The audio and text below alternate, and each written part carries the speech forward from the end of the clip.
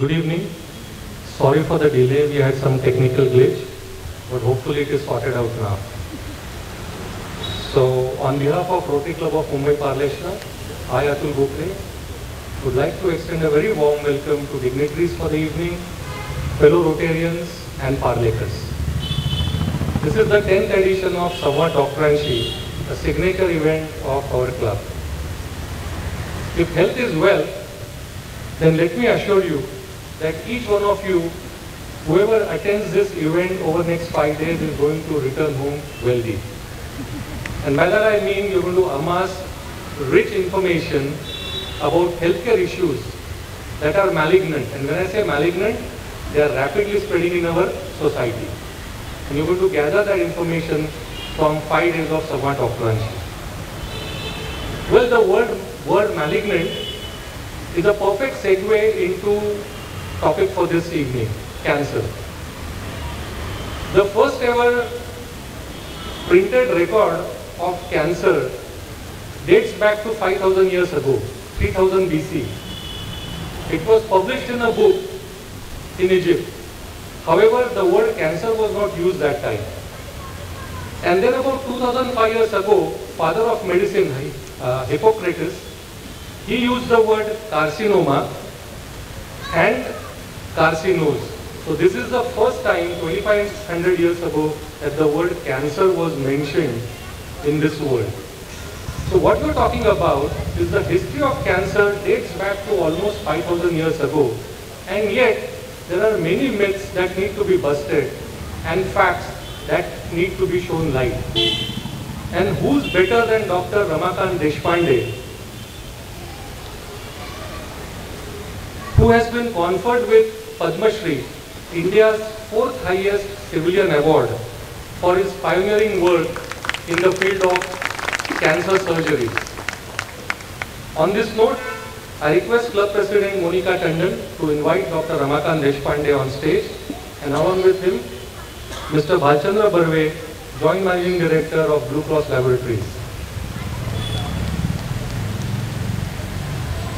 Blue Cross Labs has been a long-standing well-wisher of our club, and they have always supported medical projects that we organize for years together. Thank you, Monica. Our guest of honor and speaker for the evening, Dr. Ramakant Deshpande, is well known in surgical oncology with over 40 years expertise in breast and thoracic cancer surgeries, of which over 2 decades he's been practicing in Tata Memorial Hospital, which is like an apex hospital for cancer treatment and management, and now has been practicing at Asian Cancer Institute. His pioneering contribution in thoracoscopic surgery won him the Padma Shri Award. He is a postgraduate teacher in cancer oncology and is also on the editorial board of several peer-reviewed journals and member of several professional organizations. He also has won several national and international awards. He has special interest in cancer preventive and management educational activities and has delivered scores of public education lectures, all targeted at spreading awareness about elimination of fear, misconception and superstitions surrounding cancer. Over the past 30+ years, he has been talking to audiences about facts and figures of cancer, explaining the methods of prevention, treatment and rehabilitation in the field of cancer and allied diseases. He has also been part of several cancer detection camps all over the country. We feel honored to have Dr. Deshpande, a Padma Shri awardee, on our stage and would like to felicitate him in a traditional way by presenting shawl and Shreeford. I request Mr. Barve to do the honor.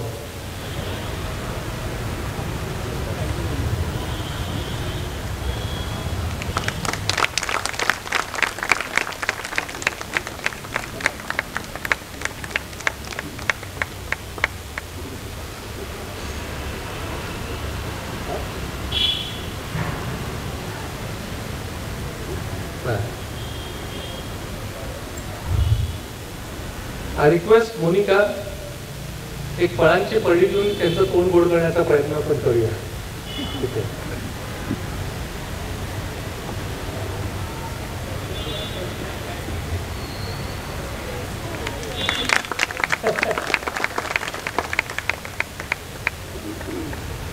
आता मोनिकाला request करतो की तिने तिथे विचार मांडावे.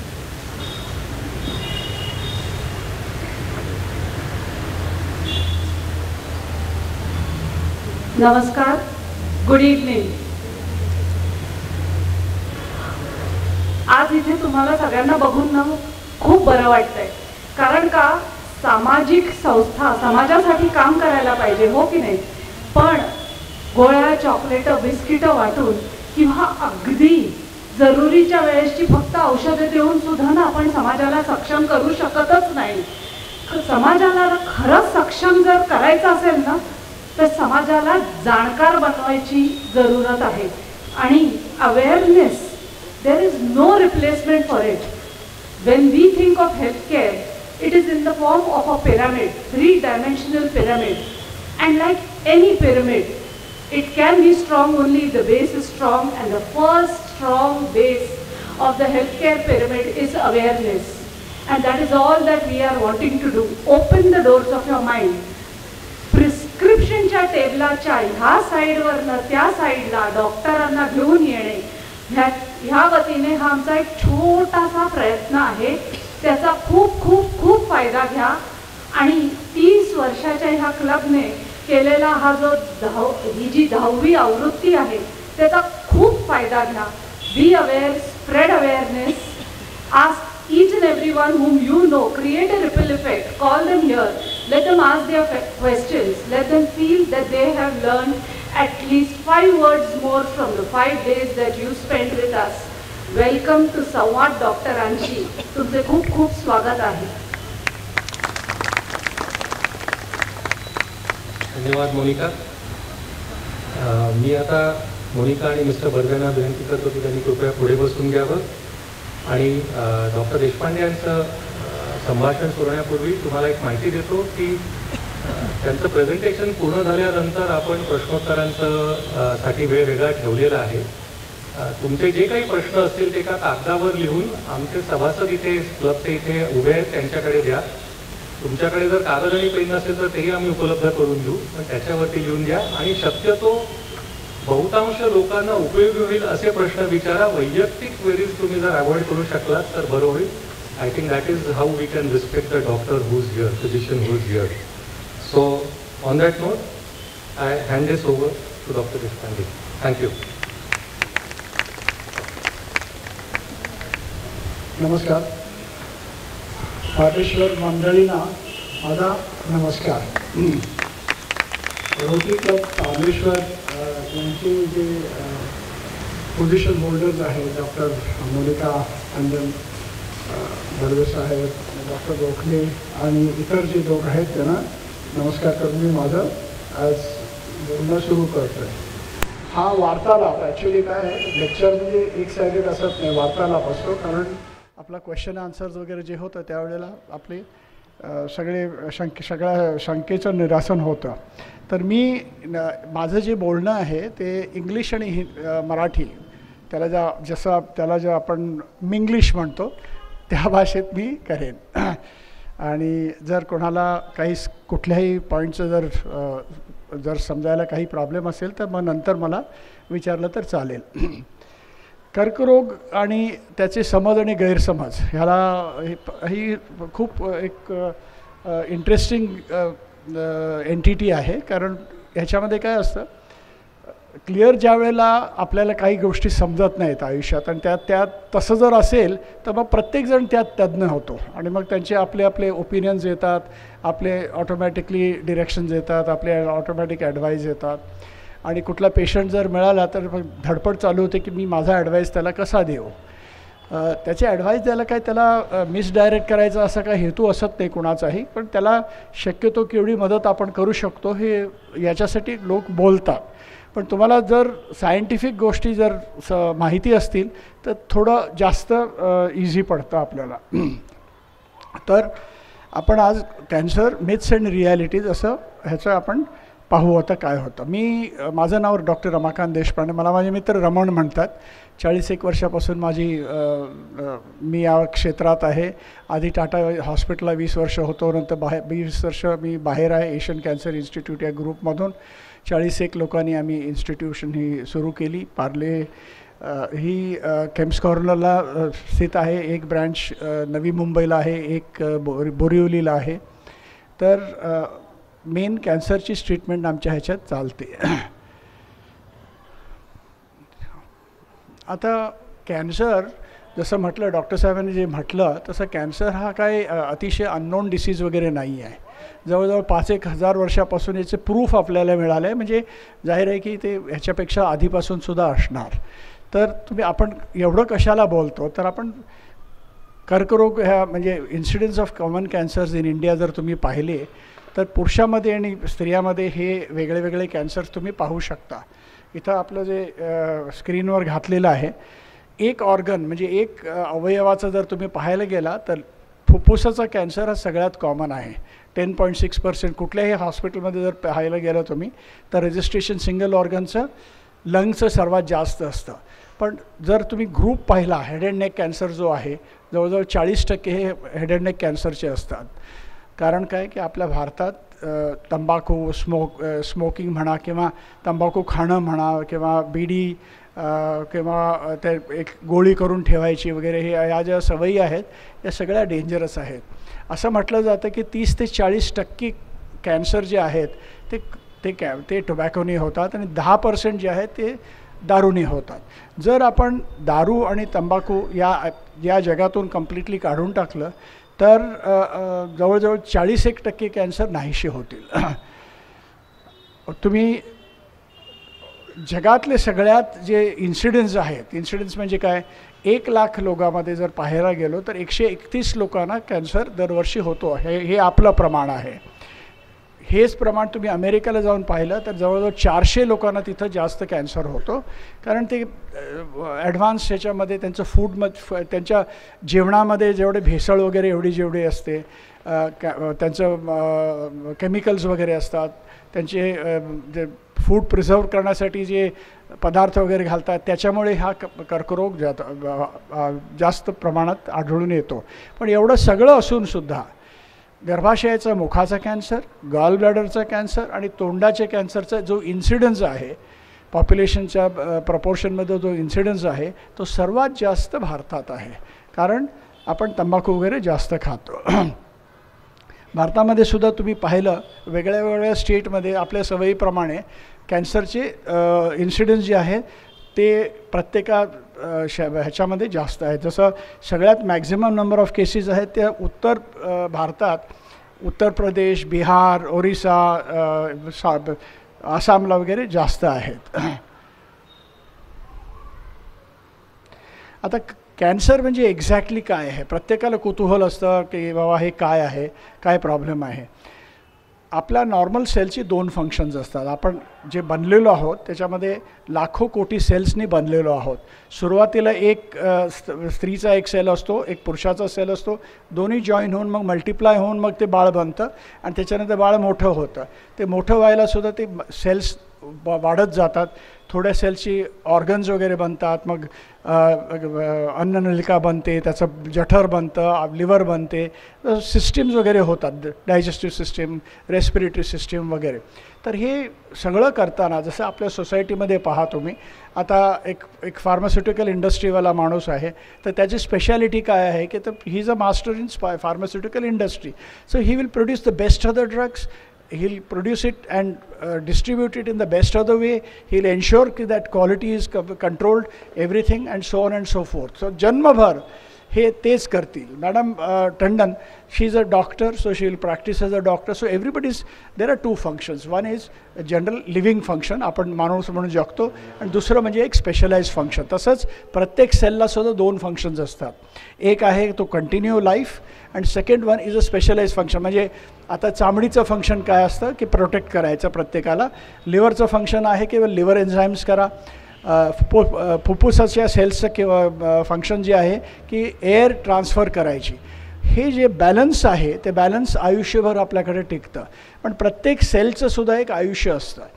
आता oral कॅव्हिटीचं जे cells असतात आपले, त्याला 24 ते 48 तासामध्ये प्रत्येक सेल रिपीट होत असतो. म्हणजे एक सेल पडतो, दुसरा सेल जातो, मग it is like a baton race. म्हणजे जायच्या आधी तो बॅटन दुसऱ्या सेलला देऊन जातो, बा हे माझं फंक्शन आहे, तू माझ्या जागी येतो आहे, तुझं फंक्शन हेच आहे, हेच करायचं. तर त्याप्रमाणे हे तो सेल आपलं स्वतःचं स्पेशलाइज फंक्शनसुद्धा करतो आणि त्याचं लाईफस्पॅन जे आहे ते तेवढं संपवून तो नाहीसा होतो. हे ज्या वेळेला फंक्शन ज्या वेळेला डिस्टर्ब होतं कुठल्याही कारणामुळे, तर हे कारणं आपण पाहूया. तर ज्या वेळेला होतं त्यावेळेला हे जास्त शॉर्ट लाईफ जर झाला तर तो सेल नाहीसा होतो, त्याला आपल्याला कळतसुद्धा नाही की बाबा त्या सेलचं काय झालं. पण जर मल्टिप्लिकेशन जर एंडिंग जर झालं, लाईफ अनलिमिटेड त्याचं एक्सटेंड झालं, तर मग काय होतं की त्याला जी एनर्जी लागते ती एनर्जी कुठून येणार, तर स्पेशलिस्ट फंक्शनमधून ती येणार. तर त्याच्यामुळे मग ते गुंड्यासारखे अगदी दुसऱ्याचं खाणं आपण खायचं, तिथं मोठी गँग बनवायची, म्हणजे एक मोठी गाठ होते तिथे, आणि मग ते दुसरीकडे जाऊन परत गुंडागिरी करतात, म्हणजे तो कॅन्सर दुसरीकडे पसरायला सुरू होतं. हे असं होतं. तर when the cells grow out of control, then that is the time when we call it as cancer. तर there are 5-6 त्याची कॅरेक्टर्स असतात. एक आहे की cheats death, which mean that तो सेल्सचं जे नॉर्मल लाईफस्पॅन जो असतो 2 दिवस 4 दिवस, ब्रेन सेल जवळजवळ half of our life they are the same. म्हणजे तुम्ही लहानपणी जे ब्रेन सेल्स घेऊन जन्मता तेच सेल जवळजवळ 40-50 वर्षापर्यंत आपले असतात. नंतर थोडेसे रिप्लेस होतात पण परमनंट रिप्लेस होऊ नाही शकत, आणि त्याच्यामुळे आपल्याला डिजनरेटिव्ह ब्रेन डिसऑर्डर्स होतात, मेमरी लॉस होतो, वयोमानानुसार जे होतं ते त्याप्रमाणे प्रत्येक गोष्टीमध्ये ते जेनेटिकली ही इन्फॉर्मेशन आपली साठवली जाते, त्या जीन्सप्रमाणे आपण तसं हे होतं. पण cancer cells always cheat death.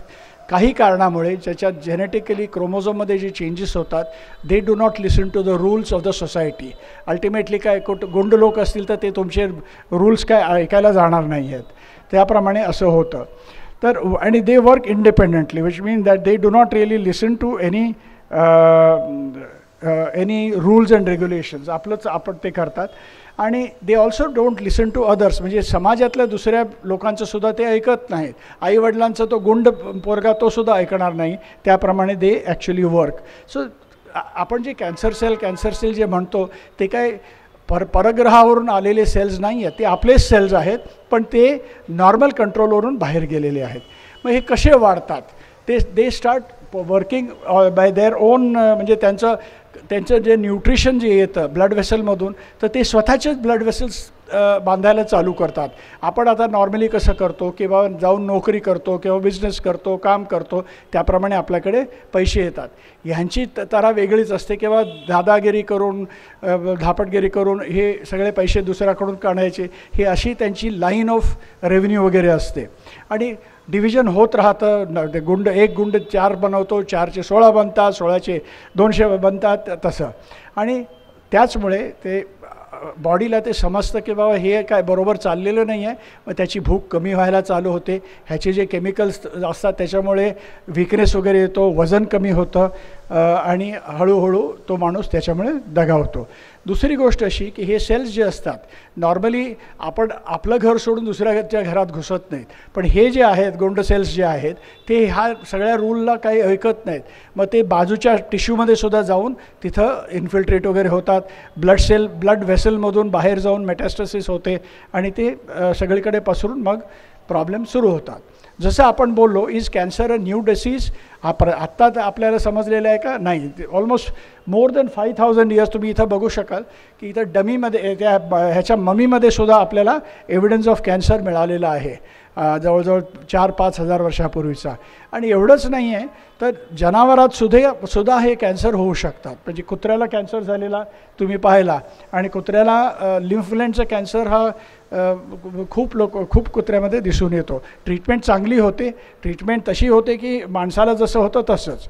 Cancer कुठं होऊ शकतो, मनुष्याच्या कुठल्याही वयात, कुठल्याही भागात. 2च भाग आहेत असे ज्याच्यामध्ये कॅन्सर नाही होत. एक केस, आणि दुसरं आहे नखं.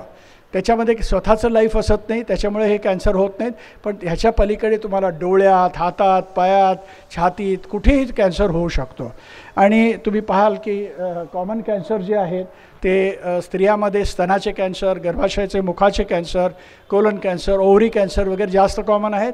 पुरुषामध्ये त्यांच्या सवयीमुळे head and neck cancer, lung cancer, prostate cancer हे कॅन्सर जास्त कॉमन आहेत. कॉमन कशासाठी कॅन्सर होतं, हे काय कारणामुळे होतं बाबा, काय आपण तरी चांगलं वाढवलं होतं या पोराला, हा असा कसा झाला. Chronic irritation of any kind, कुठलाही आघात जर परत परत होत असेल तर त्याचे जे जीन्स असतात ते जीन्स बदलून जाऊ शकतात.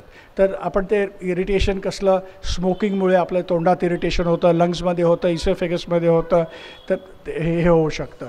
ओबेसिटी म्हणजे स्थूलपणा, अकारण स्थूलपणा जर आला तर त्याच्यामुळे ते हॉर्मोनल चेंजेस जे होतात ते हॉर्मोनमुळे कॅन्सर होऊ शकतो. व्हायरल इन्फेक्शनमुळे क्रॉनिक इरिटेशन होऊ शकतं. केमिकल्स आपण जास्त एक्सपोज जर झालो, मग ते मग जेवणात असू दे, खाण्यात असू दे किंवा श्वास घेण्यातल्या हवेत असू दे, तर त्याच्यामुळे होऊ शकतं.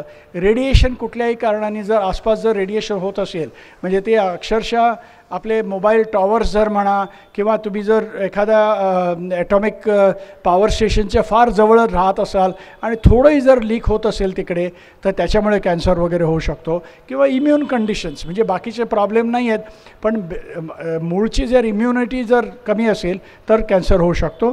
किंवा इनहेरिटेड, म्हणजे तुम्ही केलं काही किंवा नाही केलं तरी ते बेसिक तुमचा फॉर्म्युला जो आहे, तुमच्या जेनेटिक ट्रान्समिशनचा जो आहे त्याच्यातच जर फॉल्ट असेल तर 2 ते 5% लोकांमध्ये जो कॅन्सर होतो त्याला आपण जेनेटिक कॅन्सर असं म्हणतो. तर आपण जे म्हणतो की आपल्या लाईफस्टाईल चॉईसेस जे आहेत, आपलं खाणं, जेवणं, आपल्या सवयी, आपलं रहनसहन जे असतं हे ह्याच्यामुळे 50% कॅन्सर्स होऊ शकतात. एन्व्हायरमेंटमुळे, म्हणजे आपल्या आसपास जे घडतं त्याच्यामुळे जवळजवळ 41% होतात आणि 5 ते 10% हे हेरिडिटरी होतात. कारण ह्याचं सांगायचं फार सिम्पल आहे, कारण ह्यातल्या थोड्या गोष्टीवर आपला कंट्रोल असतो. एन्व्हायरमेंटमध्ये म्हणजे आपल्याला सगळ्यांना माहिती आहे की मुंबईमध्ये पोल्युशन जास्त आहे. आपण काय करू शकतो त्याला, इमिडिएटली तरी काही नाही करू शकत. आपण कितीही सामाजिक मुवमेंट जरी केली ते चेंज खरोखर आपल्याला जसा हवा तो पाहायला 20 वर्ष 25 वर्ष येईल आणि तोपर्यंत आपल्याला कॅन्सर व्हायचा तो होऊन जाईल. पण आपली लाईफस्टाईल चेंजेस जे आहेत, म्हणजे आपण स्मोकिंग जर करत असो तर ते थांबवणं न थांबवणं आपल्या हातात आहे. दररोज दारू पित असो तर ते थांबवणं न थांबवणं आपल्या ह्याच्यात आहे. असे अनेक चेंजेस आहेत ते आपण करू शकतो. मग हे आपल्याला कसं कळतं की कॅन्सर झालेलं आहे, तर कॅन्सर याचे थोडे आपल्या कुठल्याही सिस्टीममध्ये, आता तुमची गाडी असते, ती गाडी नवीन गाडी आली की मग फर्स्ट क्लास चालते, सगळं ठीक आहे. मग थोडे दिवसानंतर कार्बोरेटरमध्ये बाबा कचरा आला किंवा ह्याच्यामध्ये काही प्रॉब्लेम झाला, टायरमध्ये काही प्रॉब्लेम झाला, तुम्हाला केव्हाही त्याचे वॉर्निंग सिग्नल्स असे मिळू शकतात. कुठल्याही ह्याच्यामध्ये, म्हणजे चामड्यावर काही एक तीळ आला आणि तो जर मोठा झाला, त्यातून ब्लिडिंग व्हायला लागलं, तोंडात जखमा होऊ लागल्या किंवा पांढरा पॅच झाला आणि तुम्ही पान जर खात आहात, तंबाखू खात आहात, तर तसल्या ह्याच्यामध्ये खोकला कंटिन्युअस जर चालू राहिला, त्यातून रक्त वगैरे यायला लागलं, कुठे गाठी यायला लागल्या किंवा माणसाची भूक अगदी बंदच होऊन गेली किंवा लघवीला त्रास होतो, लघवीतून रक्त जातं किंवा मोशन्समधून तुम्हाला रक्त जातं, तर ह्या अशा अनेक गोष्टीमध्ये या आपल्याला आपला देह जो आहे तो वॉर्निंग देतो की बाबा माझ्याकडे बघ, मला काहीतरी प्रॉब्लेम आहे. आता खोकला आपल्याला होत असतो, सर्दी होत असते, कुठंतरी दुखत असतं, तर दुसऱ्या दिवशी आपण कॅन्सर स्पेशालिस्टकडे जायचं का, ह्याची काही गरज नाही आहे. 99% लोकांना कॅन्सर होत नाही. कुठली कंप्लेंट असेल तरी कॅन्सर नसेल, पण जर 1 महिन्यापेक्षा ह्या कंप्लेंट जर कंटिन्युअसली चालू राहिल्या, कधी म्हणजे तुम्हाला जर खोकला झाला, तुम्ही औषध घ्या किंवा न घ्या, 10-15 दिवसानंतर तो नाहीसा होतो. पण त्याच्यानंतरसुद्धा 1 महिन्यानंतर तो खराब खोकला चालू राहिला आणि तेवढंच नाही की तो वर्स झाला, म्हणजे खोकल्यातून रक्त यायला लागलं, तर आपण डॉक्टरकडे जायचं हे जर फारच गरजेचं असतं. आता रिस्क काय काय आहे, जसं मी सांगितले की कॉमन कॅन्सर्स कोणामध्ये आहे. टॉप 10 कॅन्सर्स आपण पाहिले तर स्त्रियामध्ये स्तनाचा कॅन्सर, गर्भाशयाचा मुखाचा कॅन्सर, ओव्हरीचा कॅन्सर्स वगैरे कॉमन आहेत. पुरुषामध्ये लंग्सचा कॅन्सर सर्वात कॉमन असतो, तोंडाचा कॅन्सर, प्रोस्टेटचा कॅन्सर, कोलनचा कॅन्सर वगैरे कॉमन असतो. ब्रेस्ट कॅन्सर हा सगळ्यात नंबरमध्ये जर तुम्ही पाहिला तर हा सगळ्यात जास्त कॅन्सर होणारा आहे. मागच्या वर्षी आपलं पॉप्युलेशन ज्या वेळेला 140 कोटी होतं त्यावेळेला 15 लाख लोकांना नवीन लोकांना कॅन्सर झाला त्या एका वर्षामध्ये 2022मध्ये. त्यात जवळजवळ 1,60,000 लोकांना ब्रेस्ट कॅन्सर झाला. आणि एक लक्षात ठेवा, फक्त स्त्रियामध्ये ब्रेस्ट कॅन्सर होतं असं नाही आहे, पुरुषामध्ये सुद्धा होऊ शकतो, पण त्यांचं पर्सेंटेज फक्त 1% असतं. म्हणजे 1,60,000मध्ये 1%, तर तेवढ्याच लोकांना ब्रेस्ट कॅन्सर झालेला पुरुषांना, बाकीच्या सगळ्या स्त्रिया होत्या. तर हे प्रपोर्शन किती आहे, तर 1 in 28 women in India who are born, म्हणजे ज्यांचा जन्म झालेला आहे त्यांच्या आयुष्यामध्ये ब्रेस्ट कॅन्सर होईल असं अनुमान असतं. हे स्टॅटिस्टिक्स आहे. पण हेच प्रमाण तुम्ही अमेरिकेला जाऊन पाहिला तर 1 in 7 women will suffer from breast cancer in their life history. तर तुम्हाला म्हणजे जवळजवळ 4 पटीने आपल्यापेक्षा त्यांना जास्त आहे, आणि त्यांच्यापेक्षा आपली पॉप्युलेशन 4 पटीने जास्त आहे. म्हणजे आपलं रिलेटिव्ह प्रपोर्शन जर पाहायला गेला तर आपल्याकडे जितके कॅन्सर्स होतात त्याच्या 16 पटीने त्यांच्याकडे जास्त कॅन्सर होतात. तर most common cancer in women in the world, आणि second leading cause of cancer deaths in women. तर फॉर्च्युनेटली आता काय झालं आहे की because of early diagnosis, good treatment, awareness, affordability वगैरे, तर त्याच्यामुळे almost about the mortality rate जी आहे अमेरिकेमध्ये ब्रेस्ट कॅन्सरची, तर जितक्या लोकांना ब्रेस्ट कॅन्सर होतो त्यातल्या फक्त 10 ते 20%च त्यात मृत्युमुखी पडतात, बाकीच्यांचं क्युअर होऊन जातं. हे प्रपोर्शन आपल्याकडे अजून तेवढं झालेलं नाही आहे. फक्त 60% लोक आपल्याकडे क्युअर होतात ब्रेस्ट कॅन्सरवाले. कारण काय की एक तर नेग्लिजन्स असतं, स्त्रिया स्वतःकडे लक्ष देत नाहीत. दुसरी गोष्ट अशी की त्यांना भीती वाटते, अरे बाबा मी गेली आणि तिथे त्यांनी मला सांगितलं की कॅन्सर आहे तर मी काय करेन, किंवा कुटुंबाला त्रास होऊ नये, खर्चाचं काम आहे, आणि काही नाही म्हटलं तर मी माझे डोळे बंद करून घेते म्हणजे तो कॅन्सर मला दिसणार नाही, म्हणजे कॅन्सर नसेल. ह्या असल्या गोष्टीमुळे तर हा प्रॉब्लेम जास्त वाढत जातो. आणि त्याच्यामुळे ज्या वेळेला त्यांचं डायग्नोसिस होतं त्यांचं ते अर्ली स्टेज 1मध्ये जिथं 97% क्युअर रेट आहे त्या थोड्या मोठ्या गाठी करून येतात, आणि त्याच्यामुळे त्यांचा क्युअर इंडियामध्ये तेवढा असत नाही. तर हे प्रॉब्लेम आहे. तर एक लक्षात ठेवा की दर 4 मिनिटांनी आपल्या देशात एक ब्रेस्ट कॅन्सरचा पेशंटचं डायग्नोसिस होतं. आपण आता ब्रेस्ट कॅन्सर म्हणजे कसं कळायचं, छातीमध्ये कुठली गाठ आहे, कुठं दुखतं, किंवा डिम्पलिंग ऑफ स्किन आहे, म्हणजे स्किन जर खाली गेलं, स्किन टेक्स्चर कलर थोडा बदलू शकतो, किंवा निपल एरियाला जर आत गेला तर आर्मपिटमध्ये जर म्हणजे खाकेत जर दुखलं किंवा तिथे गाठ वगैरे आली तर या नॉर्मल कॉमन साईन्स असतात. तर आपण काय करतो, मग आपण जाऊन ब्रेस्टचा एक्सरे करतो ज्याला मॅमोग्राम असं म्हणतात. तर तुम्ही हे पाहाल की इथं मॅमोग्राममध्ये इथं कॅल्सिफिकेशन म्हणजे जास्त कॅल्शियमचं प्रमाण असलेलं दिसतं. तर त्याप्रमाणे तर ज्या वेळेला आपण पाहतो तर हे असं दिसतं, आणि त्याच्यावर आपल्याला डायग्नोसिस होतं. त्याच्यानंतर आपण बायोप्सी करतो आणि मग त्याची ट्रीटमेंट करतो. तुम्ही ज्या वेळेला डॉक्टरांच्याकडे जाता किंवा डॉक्टर हा मला त्रास आहे, 1 महिन्यानंतर तुम्ही गेला काय प्रॉब्लेम आहे, तर डॉक्टर काय करतात, नक्की काय करतात. एक आहे कन्फर्मेशन ऑफ डायग्नोसिस, म्हणजे काय बाबा यांना कॅन्सर आहे की नाही, की नॉन कॅन्सरस सिम्पटम्स आहेत त्याप्रमाणे हे करतात. जर कन्फर्म त्यांना वाटलं की कॅन्सर आहे तर मग त्याची स्टेजिंग करतात. की स्टेजिंग म्हणजे काय की लोकली जर गाठ असेल कुठेही, लंगमध्ये म्हणा, ब्रेस्टमध्ये म्हणा, पायामध्ये म्हणा, पोटामध्ये म्हणा, तिथेच जर छोटी गाठ असेल तर त्याला स्टेज 1 म्हणतात. गाठ जरी मोठी जर असेल तर त्याला स्टेज 2 म्हणतात. जर जवळपास तिकडेच लिम्फ ग्लँडमध्ये जर पसरलेली आहे त्याला स्टेज 3 म्हणतात, आणि दूरवर जर पसरली असेल तर त्याला स्टेज 4 म्हणतात. स्टेजिंग करण्याचं कारण काय, एक काय की त्याची ट्रीटमेंट जी असते ती वेगळ्या वेगळ्या प्रकारे करावी लागते आम्हाला. स्टेज 1 आणि 2मध्ये आपण क्युरेटिव्ह सर्जरीसुद्धा करू शकतो. स्टेज 3मध्ये क्युरेटिव्ह सर्जरी करणं प्रायमरीली जरा कठीण जातं, त्याला आपल्याला छोटी बनवावी लागते गाठ, त्याला किमोथेरपी किंवा रेडिएशन थेरपी देऊन आपण छोटी बनवतो, आणि त्याच्यानंतर मग आपण ऑपरेशन करतो. तर त्याच्यानंतर आपण हे डायग्नोसिस झाल्यानंतर स्टेजिंग झाल्यानंतर फिटनेस फॉर ट्रीटमेंट. कारण काय अर्ली स्टेज असेल, स्टेज 1 जर असेल, पण जर पेशंट फिट नसेल, समजात एक 85 वर्षाची लेडी आली, 4 हार्ट अटॅक आलेले आहेत, डायबिटीस अनकंट्रोल्ड आहे, तर आपलं सर्जरीची रिस्क जास्त वाईट असेल तर त्याच्यामुळे आपण तशी ट्रीटमेंट करू नाही शकत.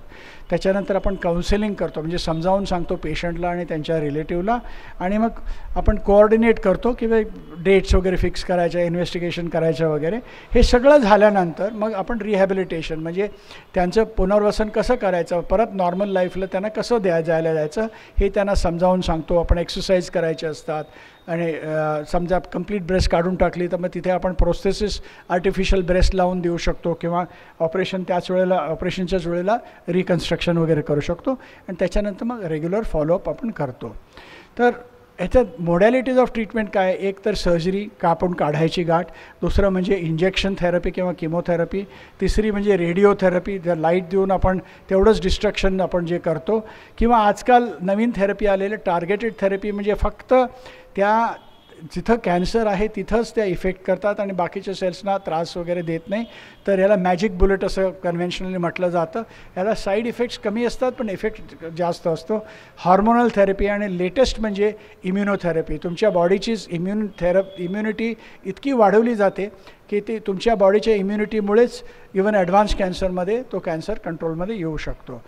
आणि शेवटचं जे अजूनही अवेलेबल नाही आहे, जे होऊ शकेल 10 वर्ष 20 वर्ष 25 वर्षानंतर, की ज्या ॲबनॉर्मॅलिटी इन जीन्समुळे, जे जसं मी म्हटलं क्रॉनिक इरिटेशन म्हणा किंवा फॅमिली प्रॉब्लेम आहे, हे फॅमिली जे जेनेटिक ॲबनॉर्मॅलिटी म्हणा, म्हणजे शेवटी सगळे कॅन्सर जे आहे ते जेनेटिक मॅन्युप्युलेशनमधूनच यायला हवेत. मग ते जेनेटिक मॅन्युप्युलेशन आपण रिव्हर्स करू शकू का, हे जर करायला जर झालं तर मग तुम्हाला कम्प्लिटली तुमचा कॅन्सर रिव्हर्स होऊ शकतो. पण हे अजूनही फक्त थेरॉटिकल कल्पना आहे आणि हे अजूनही आपल्याला आपण करू नाही शकत. तर नॉर्मली स्पेशलिस्ट काय विचार करतो, बाबा आपण क्युअर करायचा डिसीज, तर कम्प्लिटली डिसीज काढून टाकला तर त्यांचे चान्स जास्त असतात. जाहीर आहे की लहान डिसीज असताना हे करणं हे फार सोपं ठरतं, कारण आपल्याला जास्त काही काढावं लागत नाही, त्रास होत नाही पेशंटला, इझी सर्जरी असते. आणि हे करत असताना एकदम चांगलं म्हणजे थोडी मार्जिन वगैरे घेऊन केलं तर मग तो रोग तिथं परत येत नाही आहे. आणि हे सगळं करत असताना पेशंटला जास्त त्रास होऊ नये, त्यांचे कॉम्प्लिकेशन्स होऊ नयेत, आणि त्याच्यानंतर त्यांना लाँग टर्म प्रॉब्लेम्स असू नयेत. आपण जसं स्टमक वगैरे जे आहे ते जास्त काढलं तर मग पेशंट जिवंत तरी राहील, पण मग डॉक्टर साहेब मला भूक नाही लागत, माझं वजन 60 किलो होतं आता फक्त 35 किलो आहे, हे असले प्रॉब्लेम चालू होतात. तर हे सगळं करताना आपण ते प्रिव्हेंट करू शकू का, क्वालिटी ऑफ लाईफ आपण मेंटेन करू शकू का. तर वेल टॉलरेटेड पाहिजे, इफेक्टिव्ह पाहिजे. आणि जर हे सगळं होतच नाही बाबा, शक्यतो तर can we prolong the life. आज आपल्याला वाटतं की स्टेज 4चा माणूस आलेला आहे, 1 वर्ष जगणार आहे, can I prolong it by giving targeted therapy किंवा इम्युनोथेरपी देऊन 3 वर्ष करू शकतो का. आणि even if that is not जर पॉसिबल, तर आज पेशंट जो समोर बसलेला आहे त्याला दुखतं, इंट्रॅक्टेबल, म्हणजे झोपायला नाही, बसायला नाही, उठायला नाही असं होत असेल तर त्याचं दुखायचं नाहीसं करायचं. मोशन वगैरे जर आहे, त्याला झोपेचे प्रॉब्लेम असेल तर ते करायचं. तर क्वालिटी ऑफ लाईफ आपण इम्प्रूव्ह करतो त्यांची.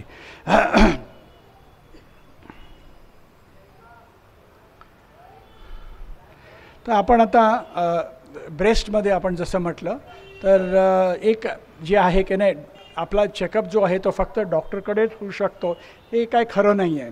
तर तुम्हाला लेडीजना पर्टिक्युलरली समजायला पाहिजे की सेल्फ एक्झॅमिनेशन म्हणजे स्वतःची एक्झॅमिनेशन करणं हे फार गरजेचं आहे. कारण जे ब्रेस्टचं जे लंप असतात छोटे छोटे, कुठल्याही माणसाला स्वतःच्या देहाची कल्पना ही कधीही डॉक्टरच्यापेक्षा जास्त चांगली असते. तुमच्या छातीमध्ये म्हणा, पायामध्ये म्हणा, चामडीखाली कुठेही काही प्रॉब्लेम असेल तुम्हाला पटकन कळतं. कधी कधी डॉक्टरांना फार मोठी ब्रेस्ट असेल तर ते हाताला लागत नाही, ते फक्त एक्सरेमध्ये दिसतं, सोनोग्राफीमध्ये कळतं. तर तुम्ही स्वतःची ब्रेस्ट एक्झॅमिनेशन दर खेपेला करत राहायला पाहिजे. इथं तुम्ही पाहू शकता की ते चामडीमध्ये एकीकडे गाठ दिसते, एकीकडे चामडीमध्ये डिम्पलिंग झालेलं आहे, अल्सरेशन झालेलं आहे, निपल आत गेलेलं आहे. हे बघा आता हे निपल रिट्रॅक्शन झालेलं आहे. इथं तुम्ही पाहू शकाल की निप्पलमधून ब्लड येतं आहे. तर हे वेगळे वेगळे चेंजेस आहेत आणि हे निग्लेक्ट जर केलं तर मग अशी परिस्थिती होते ॲडव्हान्स ब्लड कॅन्सरसारखी. तर हे तुम्ही पाहू शकाल की ऑरेंज पील म्हणजे संत्र्याचं जसं साल असतं ना, तर तसं ब्रेस्ट कॅन्सरमध्ये आपल्याला हे होऊ शकतं. नॉर्मल इन्व्हेस्टिगेशन आपण काय करतो ब्रेस्टमध्ये? सोनोग्राफी करतो, मॅमोग्राफी करतो, जी मी तुम्हाला आत्ता दाखवलं. त्याच्यामध्ये सगळ्यामध्ये काही मिळालं नाही, पण संशय जर असेल तर मग आपल्याला MRI करावा लागतो. मी तुम्हाला हे का सांगतो आहे, कुठल्याही डॉक्टरने जर तुम्हाला सांगितलं MRI, तर आपली रिॲक्शन काय असते, जवळजवळ 10 ते 15,000 पडणारा हे इन्व्हेस्टिगेशन आहे.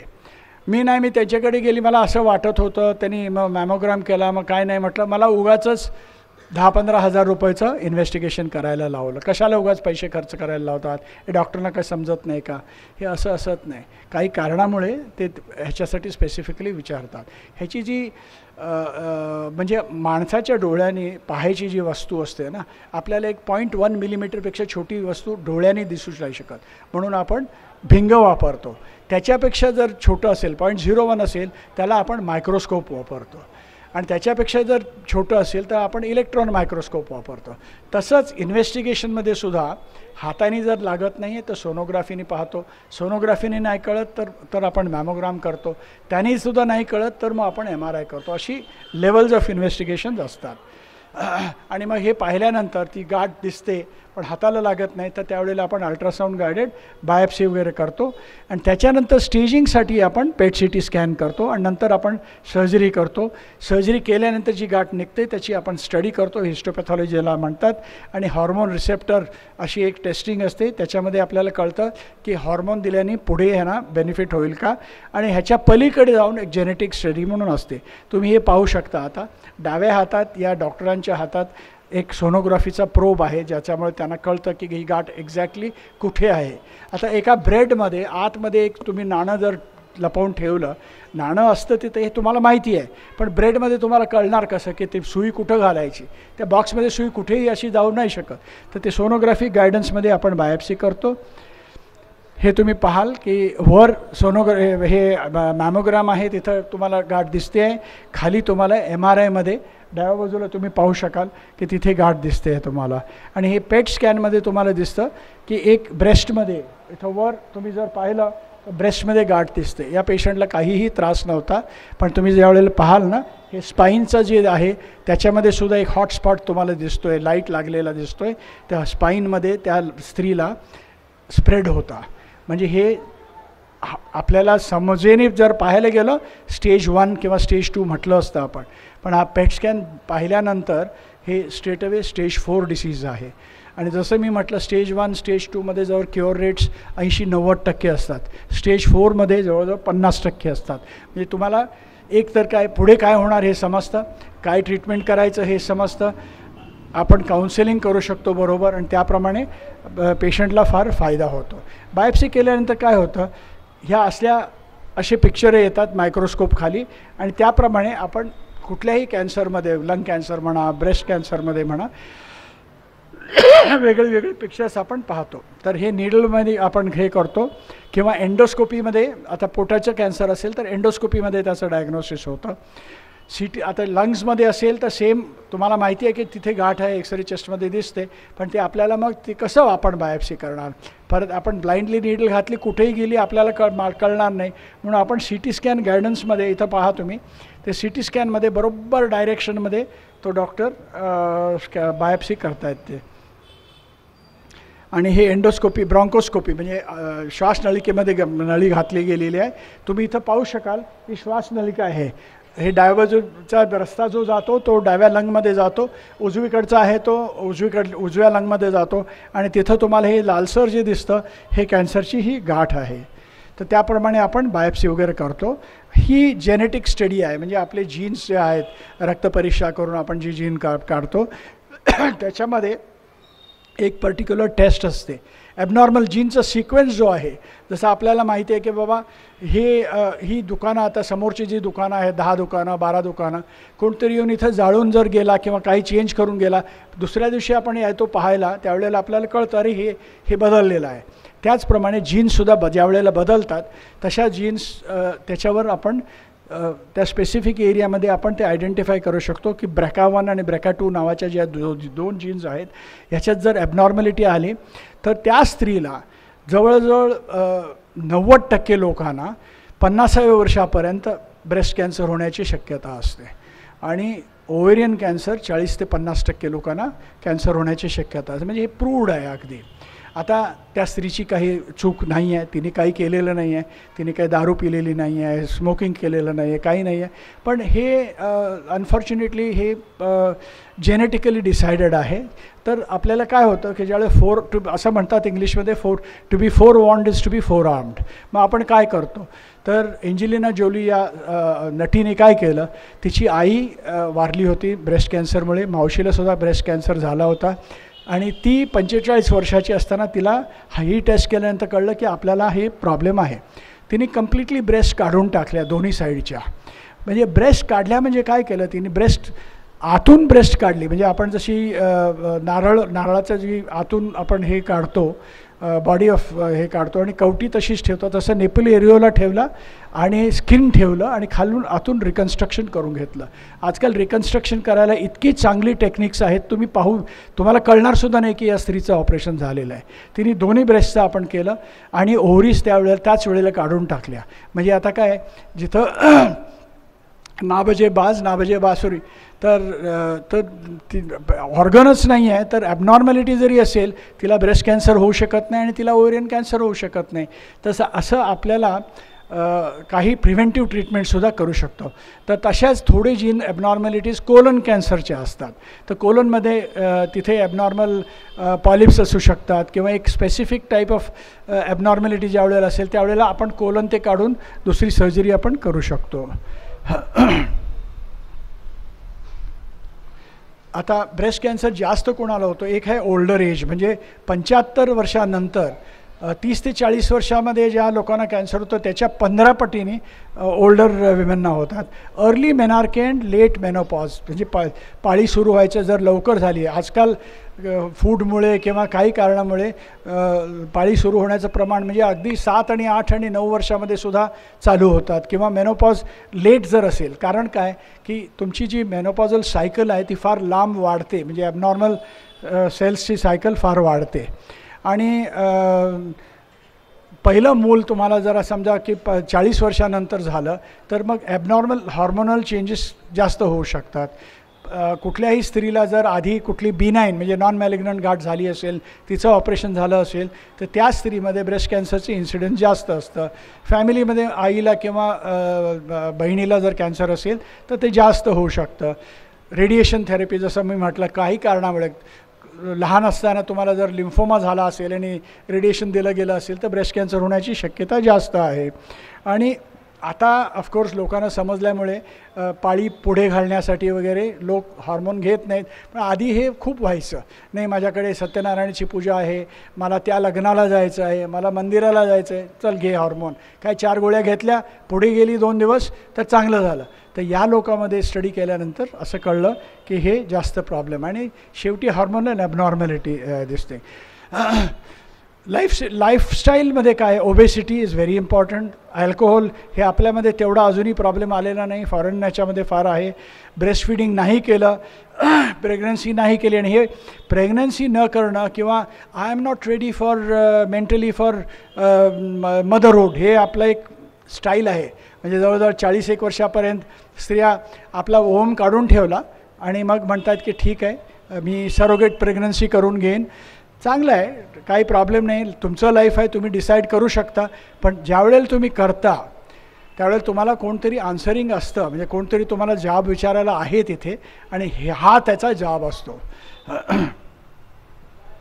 फिजिकल ॲक्टिव्हिटी तुम्ही काही असेल तर तुम्ही जिमला जाऊन एक्सरसाइज करायला हवं असं नाही आहे. तुम्ही नुसती चक्रा जरी मारल्या तरी ते physical activity is good enough. आणि आजकाल काय आहे की अगदी लहान गाठ जर मिळाली तर आपण ब्रेस्ट कॅन्सरची, आता तुम्ही हे पाहू शकाल, फक्त एक फाईन लाईन आहे आणि आपण कम्प्लीट ब्रेस्ट वाचवली गेलेली आहे याची. आधी 1980च्या आधी अशी आपण गाठ काढायचो, त्याच्यानंतर मसलसुद्धा आपण ठेवायला सुरुवात केली. आणि आजकाल तुम्ही पाहू शकाल की हे आधी असं दिसायचं 1980s 1990sमध्ये वगैरे. आता तुम्ही बघाल तर ह्या स्त्रीचं ब्रेस्ट कॅन्सरची सर्जरी झालेली आहे, तुम्हाला म्हणजे तिच्या ब्राची साईजसुद्धा बदलणार नाही, तो कोणाला कळणार नाही. आणि हे अनेक प्रकारची जी मॉडिफिकेशन झालेली आहेत, रेडिएशन आहे, सायबर नाईफ वगैरे आहे, ॲक्युरेट हे आहे. टेक्नॉलॉजी वाढल्यानंतर आपला खर्चसुद्धा वाढतो, पण ह्याच्यामध्ये त्रास होणं फार कमी असतं. रेडिएशनमध्ये आपण असे वायर्स वगैरे घालून आपण ब्रेस्ट वाचवू शकतो.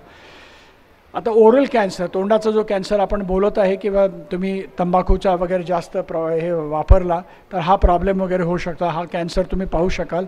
आणि हा सगळ्यात मोठा कॅन्सर आहे जो क्युरेबल आहे, म्हणजे तुम्ही प्रिव्हेंट करू शकता, अर्ली स्टेजमध्ये ट्रीटमेंट करू शकता. पण तुम्ही शेवटी बघाल तर हा माणसाचा तुम्ही उजवीकडे पहा आणि डावीकडे पोस्ट ट्रीटमेंट त्याचा कशी हालत झालेली आहे ती पहा. म्हणजे नेग्लेक्ट जर केलं तर हा प्रॉब्लेम फार होऊ शकतो. लंग कॅन्सर हा चेस्ट एक्सरेमध्ये तुम्हाला वरच्या बाजूला तुम्हाला एक गाठ, सफेद गाठ दिसते, आणि ही आपण त्याचं कंप्लीट लंग आणि चेस्ट वॉल काढल्यानंतर रिकन्स्ट्रक्शन केलेलं आहे ते दिसतं आपल्याला. आणि खूपशा वेळेला ॲडव्हान्स सर्जरी आपण करू शकतो. ही ट्यूब तिथे ज्या स्टिचिंग्स लावलेल्या आहेत त्या पाहताय तुम्ही, तर ते कंप्लीट लंग काढल्यानंतरच्या स्टिचेस आहेत. आणि ब्लड वेसलसुद्धा आपण रिपेअर करू शकतो.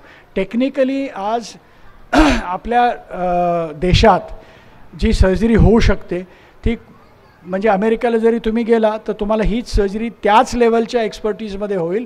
फक्त तुमचं जे 1 लाख 2 लाख जे बिल इथं रुपयामध्ये येतं तिथे 1 लाख 2 लाख डॉलर पडतील तुम्हाला. ह्याच्या पलीकडे काही असं हां ठीक आहे, ते ॲक्सेंटवाले इंग्लिश लोक भेटतील तुम्हाला, तुम्हाला नर्सेस स्मार्ट भेटतील, तुम्हाला हेल्थ वर्कर्स स्मार्ट भेटतील, पण क्वालिटी ऑफ ट्रीटमेंट जी आहे ती तुमची सेमच राहील. आजकाल रोबो आपण वापरू शकतो, आर्टिफिशियल मशीन्स, म्हणजे रोबो स्वतः काही सर्जरी नाही करत. माणूस जो सर्जन आहे तो किंवा ती सर्जन जी आहे की ती मशीन चालवते. आणि तुम्ही पाहाल इथे की सर्जन इथे कुठे बसला आहे, तो बाजूला बसलेला आहे, तो पेशंटच्या जवळसुद्धा नाही आहे. तर त्याच्या स्क्रीनमध्ये त्या आतमध्ये जे चाललेलं आहे, एक दुर्बीण असते, 2-3 सीझर्स आणि फॉर्सेप्स असतात, आणि त्यांनी तो आपलं ऑपरेशन करतो आहे. या अल्ट्रा मॉडर्न टेक्निकमुळे एवढा फायदा होतो. ह्याच्यानंतर किमोथेरपीमध्ये आपण इंजेक्शन वगैरे देतो. जसं तुम्हाला जर खोकला झाला, सर्दी झाली तर एक अँटीबायोटिक दिलं जातं, ते जातं आणि त्या ऑर्गॅनिझमला मारतं. तसंच किमोथेरपी आपण देतो.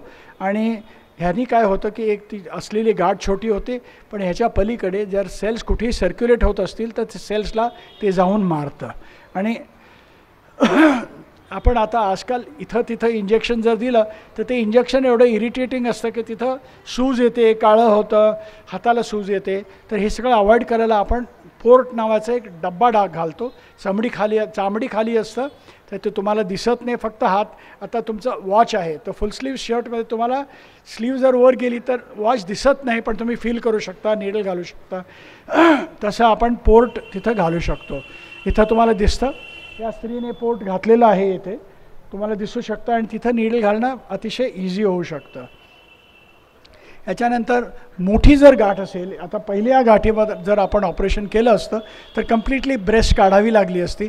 तिला किमोथेरपी दिल्यानंतर ती हळूहळू छोटी होत गेली आणि तिचं ब्रेस्ट आपण सेव्ह करू शकलो.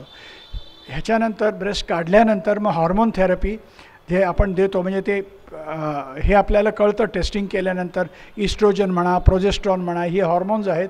तर हे हॉर्मोन जर पॉझिटिव्ह असतील त्या ट्युमरमध्ये तर ते हॉर्मोनचे सप्रेस करणारी मेडिसिन्स देऊन आपण त्यांना ट्रीट करू शकतो. तर एवढं सगळं केल्यानंतर आपण कशाला म्हणतो की बाबा लवकर आपण जर प्रिव्हेन्शनमुळे जर स्क्रीनिंग केलं किंवा लवकर ट्रीटमेंट केली तर काय फायदा आहे. तुम्ही पाहू शकता इथे की स्टेज 1मध्ये जर तुम्ही ट्रीटमेंट जर केली, इनफॅक्ट हे जे आहे हे कॅन्सर लंग्सचा डेटा आहे, आणि ब्रेस्ट कॅन्सरचा डेटा ह्याच्यापेक्षा कधीही सुपिरियर असतो, म्हणजे cure rates are much better. तर even in stage 1 the lung cancer can give you cure rate of 84-85%, म्हणजे फक्त 10 ते 15 लोक तेवढेच दगावतील स्टेज 1मध्ये. आणि स्टेज 2मध्ये that thing falls immediately to 71%, stage 3मध्ये 48%. तर आपण ज्या वेळेला आता जून जुलैमध्ये जर डायग्नोसिस झालं, नाही डॉक्टर साहेब मी एक काम करतो, दिवाळीनंतर येईल, दिवाळीपर्यंत तुमचं ते स्टेजवरून घसरून ते स्टेज 3वर झालं तर तुमचे जे चान्सेस आहेत, जे क्युअर रेट्स जे 84% होते ते तुम्ही स्वतःच्या हाताने उलटे करून 48 केलेले आहेत. एवढं मात्र लक्षात ठेवायला हवं. टार्गेटेड थेरपी जे म्हटलं मी, वेगळे वेगळे ड्रग्ज असे देऊ शकतो आपण. तुम्ही पाहू शकता की वरची बाजूची गाठ जी मोठी आहे ती जवळजवळ नाहीशी झालेली आहे. इम्युनोथेरपी आता तुम्ही वर बघा केवढी मोठी गाठ दिसते, तिकडे 4 ॲरोज जे दिसत आहेत, हा लंग कॅन्सर आहे. तोच लंग कॅन्सर खाली पहा की इम्युनोथेरपीनंतर किती छोटा झालेला आहे. एक फार प्रसिद्ध फिल्म ॲक्टर 3 वर्षापूर्वी त्याचा स्टेज 4मध्ये, म्हणजे तो आतापर्यंत त्याचा फोटो लागला हवा होता भिंतीवर, पण आजही तो माणूस अगदी म्हणजे एक्सरसाइज करतो, टफ राहतो, फायटिंग सीन्स करतो. 3 वर्ष झाली त्याला आणि 60 वर्षाचा माणूस आहे, पण फर्स्ट क्लास त्याचं लाईफ चालू आहे. मुलं लहान आहेत, म्हणजे तुम्ही समजा की प्रॉडक्टिव्हिटी किती असेल त्या माणसाची.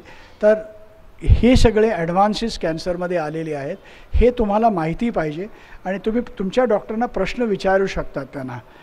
तर थोडे ते हे ही प्रत्येक माणसामध्ये आपण यूज नाही करू शकत, कारण त्याला थोडे इंडिकेटर्स पाहिजेत. ते इंडिकेटर्स जर पॉझिटिव्ह असेल तर आपण करू शकतो. त्याच्यानंतर एक रेडिओ आयसोटोप थेरपी नावाचा सुद्धा एक प्रकार असतो. तर काही न्यूरो एंडोक्राईन ट्यूमर असं नाव असतं, पँक्रियाजमध्ये किंवा लंगमध्ये होऊ शकतो. तो जर पसरला असेल तर आपण आयसोटोप थेरपी, म्हणजे थायरॉईडचा स्कॅन केला असं म्हणतो ना आपण आयोडीन देऊन, तसाच वेगळ्या वेगळ्या प्रकारचे आयसोटोप आपण देऊन त्यांची ट्रीटमेंट करू शकतो. नंतर काय होऊ शकतं, आता ह्याच्या पलीकडे काय होऊ शकतं, तर थोडी कॅन्सरची वॅक्सिन्ससुद्धा येऊ शकतात. आपण प्रायमरी ट्रीटमेंट झाली, प्रोस्टेट कॅन्सर झाला, कोलोनिक कॅन्सर झाला, तर आता स्टेज 2 कोलोनिक कॅन्सरमध्ये तो रोग परत येण्याचे चान्सेस जवळजवळ 21% आहेत. तर आपण त्यांना कॅन्सरचं वॅक्सिन जर दिलं तर ते 20%च्या ऐवजी खाली जाऊन 5% वगैरे होऊ शकतात. म्हणजे 15% आपल्याला फायदा होऊ शकतो. अशी अनेक कॅन्सर वॅक्सिन्स अशी आजकाल अवेलेबल आहेत.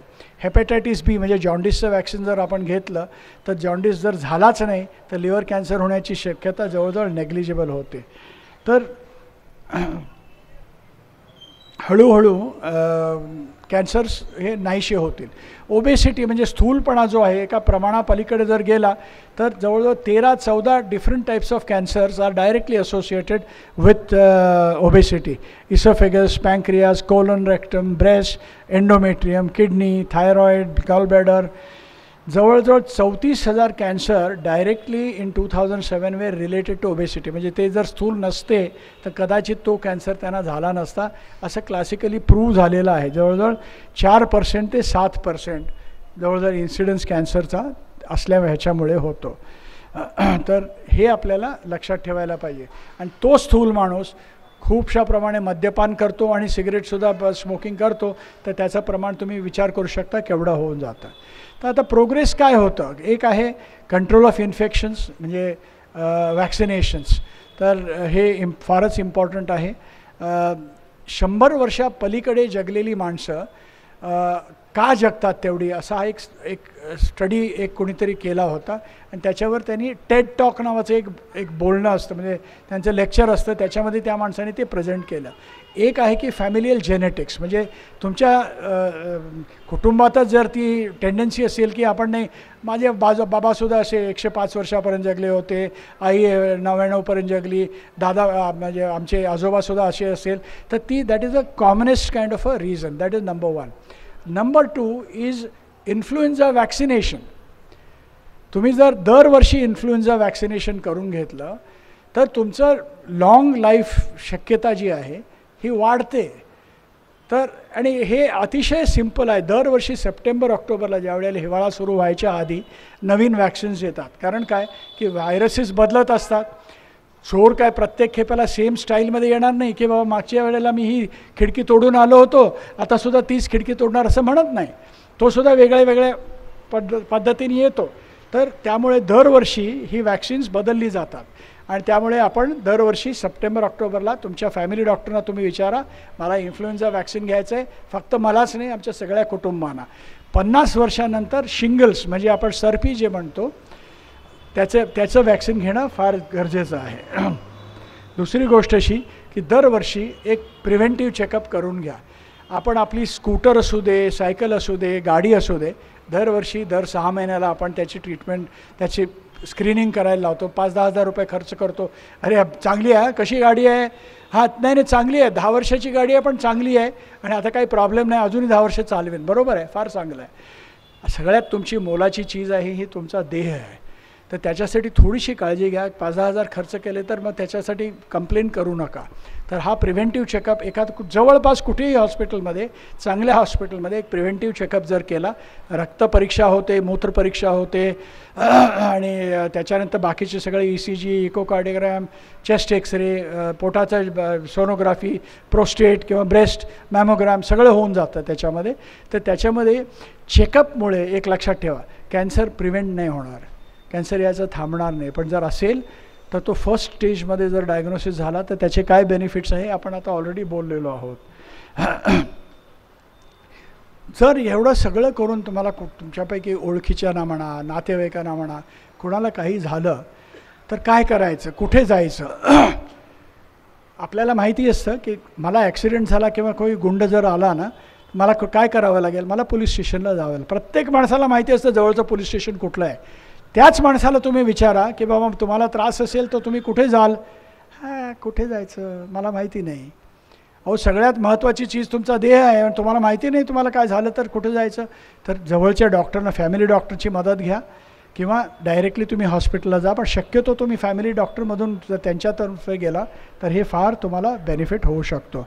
हे सगळं झाल्यानंतर तुम्हाला हे सुद्धा समजायला पाहिजे की जर अर्ली स्टेजमध्ये कॅन्सर जर ट्रीटमेंट झाली तर आजकाल एवढ्या फॅसिलिटीज आहेत की इवन 3rd स्टेज किंवा 4th स्टेजमध्ये खूपसं होऊ शकतं.